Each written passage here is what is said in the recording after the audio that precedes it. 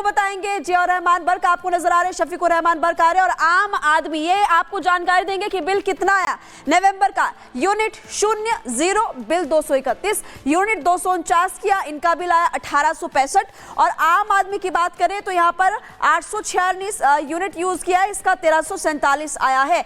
तो यहाँ पर आप अंदाजा लगा सकते हैं कि कैसे यहाँ पर बिजली चोरी का मामला सामने आया। अब इस पूरे मामले को लेकर जांच पड़ताल की जा रही है, लेकिन ग्राफिक्स के जरिए आप अंदाजा लगा सकते हैं कितनी बड़ी धांधली यहाँ पर की जा रही थी।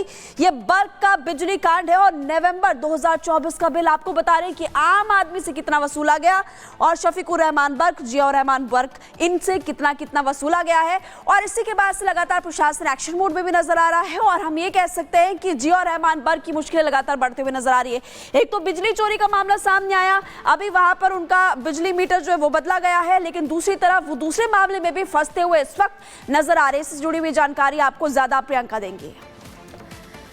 तो बिल्कुल देखिए, आप देखिए लगातार अब इसको लेकर नाराजगी व्यक्त की जा रही है कि आखिर सांसद साहब का बिजली का बिल जीरो कैसे आया। ये वायरल भी होता जा रहा है। हमारी टीम लगातार ग्राउंड जीरो पर मौजूद है, पल पल की जानकारी दे रही है और ये बता रहे हैं कि कैसे संभल की गलियों में जहां जगह जगह अतिक्रमण किया गया, जहां पर बिजली चोरी की गई, अब वहां पर स्मार्ट मीटर इंस्टॉल किए जा रहे हैं। देखिए ग्राउंड रिपोर्ट।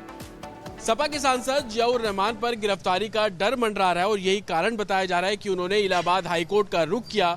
उनके खिलाफ जो संभल एडमिनिस्ट्रेशन ने एफआईआर दर्ज की, सांसद को आरोपी नंबर 1 बताया, उस एफआईआर को जो सांसद ने इलाहाबाद हाईकोर्ट में चुनौती दी है। उनका कहना है कि ये मुकदमा राजनीति से प्रेरित है और इसी के चलते कहीं ना कहीं गिरफ्तारी का उनको डर है और गिरफ्तारी से रोक की मांग भी उस याचिका में साफ तौर पर की गई। हालांकि शुक्रवार तक उनकी याचिका पर सुनवाई होने की आशंका है, लेकिन इस वक्त हम उन्हीं सांसद के घर के बाहर मौजूद हैं। तस्वीरें मैं आपको यहां पर दिखा दूं कि कल एडमिनिस्ट्रेशन भी यहां पर पहुंचा था। बिजली चोरी के एलिगेशन भी उनके ऊपर लग रहे हैं। उनके घर से जो बिजली का मीटर निकाला गया उसको लैब में जांच के लिए भेजा गया है, लेकिन सांसद के घर के आसपास के जितने भी घर हैं उन सभी घरों पर नई जो वायरिंग है, नए मीटर जो है वो लगाए जा रहे हैं। आप देखेंगे कि बिजली एडमिनिस्ट्रेशन के लोग अभी भी यहाँ पर मौजूद हैं, चाहे वो तमाम वायर यहाँ पर पूरी नए तरीके से डाली जा रही है। तो वहीं सांसद के घर की तस्वीर भी मैं आपको यहाँ पर दिखा दूं। कल एडमिनिस्ट्रेशन जब यहाँ पर पहुंचा था तो यहाँ पे जो बिजली के मीटर लगे थे उनको पूरे तरीके से हटाया गया। नए मीटर अब यहाँ पर इंस्टॉल कर दिए गए हैं। आप स्मार्ट मीटर यहाँ पर साफ तौर पर देख रहे हैं। एक मीटर इस जगह पर लगा हुआ था जहाँ पर अभी नया मीटर लगा दिया गया है, तो दूसरा मीटर पीछे की तरफ लगा हुआ था। हालांकि सांसद के घर के बिजली के बिल भी रिपब्लिक भारत ने एक्सेस किए, उसमें पता लगा कि आगे जो मीटर लगा था उसकी रीडिंग 0 है। 223 रुपये महीना जो बिल आता है, लेकिन कंपेयर करें आसपास के जो दूसरे घर हैं जो बिलो पॉवर्टी लाइन में रहते हैं, उनके घरों के जो बिजली के बिल आ रहे हैं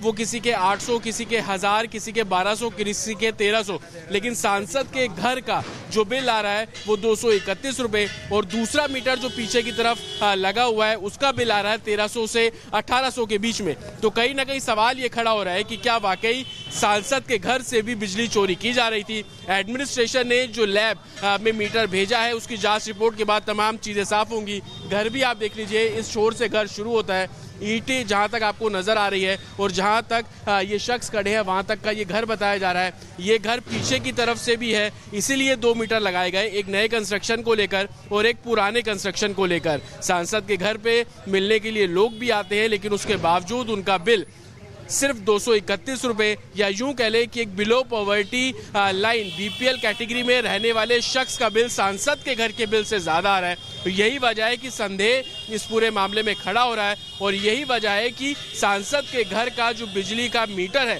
उसको अब लैब में भेजा गया है ताकि उसकी जांच की जाए और जो आरोप बिजली चोरी के लग रहे हैं उस पर रिपोर्ट आने के बाद भी एडमिनिस्ट्रेशन कार्रवाई करने की बात करता नजर आ रहा है। तो जतन की रिपोर्ट से आप अंदाजा लगा सकते हैं कि सांसद बर्क के घर पर बिजली चोरी हो रही थी, हालांकि पुराना मीटर बदला गया है। खबरों में आगे बढ़ते बात करेंगे संभल में जो हिंसा हुई उसके बाद से लगातार जो हिंदू वहां पर रह रहे हैं वो ये दावा कर रहे हैं कि 1978 में जो हुआ वो हम नहीं भूल पा रहे हैं। उस वक्त 184 हिंदुओं की जान चली गई थी, उनकी मौत हुई थी और अब रिपोर्ट में चौंकाने वाला खुलासा हुआ है। आप इस रिपोर्ट को देखिए।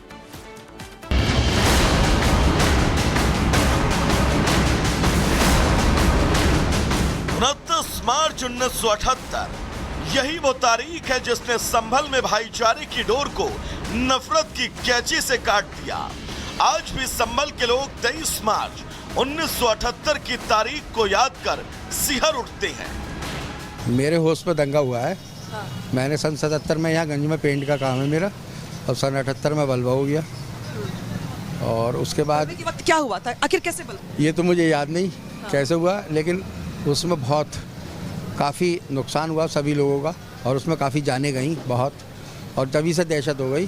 तभी से दहशत होने के बाद यहाँ 20-25 मकान थे, 20-25 मकान थे कम से कम खग्गूसराय में, जहाँ ये मंदिर, अब उसी के हिसाब से यहाँ एक एक करके दो करके उस दहशत की वजह से यहाँ से जाते रहे लोग।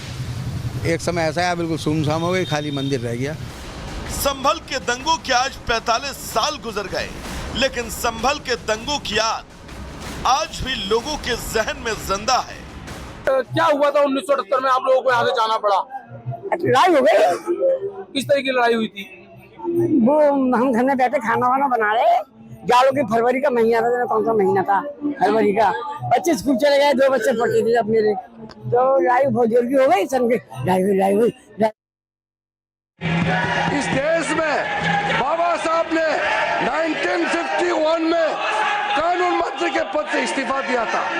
71 साल बाद प्रधानमंत्री मोदी जी ने एक दूसरा बौद्ध को कानून मंत्री बनाया है।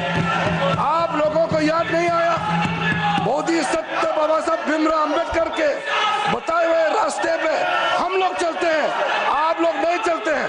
सर, ये लोग ढोंग कर रहे हैं, मैं कड़ी आपत्ति करता हूँ। बाबा साहब का नाम को वोट बैंक के लिए जो दुरुपयोग कर रहे हैं, इसको मैं निंदा करता हूँ।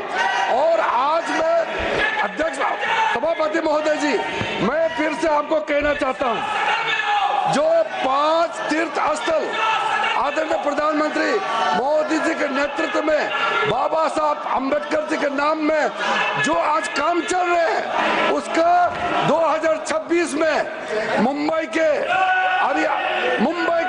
अरेबियन सी के अरब सागर के तट पर 450 फीट का जो ऊंचाई मूर्ति बन रहा है, वो मूर्ति बनने के बाद आप लोग को पता चलेगा कि 5 तीर्थ स्थल बाबा साहब के नाम में मोदी जी ने कैसे बनाया है। शिक्षा भूमि में जाइए बाबा साहब के लंदन में, आपको पता चलेगा, आपको पता चलेगा। आप परिनिर्वाण भूमि में जाके देखिए, आपको पता चलेगा। to meet at 2 p.m.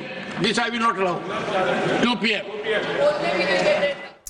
तो देखिए, आपको फिलहाल राज्यसभा की कार्यवाही हम दिखा रहे थे। दोपहर 2 बजे तक के लिए कार्यवाही को स्थगित करना पड़ा, क्योंकि विपक्षी सांसद लगातार हंगामा कर रहे थे। कांग्रेस ने बाबा साहेब का अपमान किया। किरण रिजिजू को आप सुन रहे थे, जो कि साफ तौर पर विपक्ष को कह रहे हैं कि बाबा साहेब के नाम का दुरुपयोग आपने किया है। और बार बार राज्यसभा सभापति की तरफ से कोशिश की गई कि आप जो विपक्षी सांसद है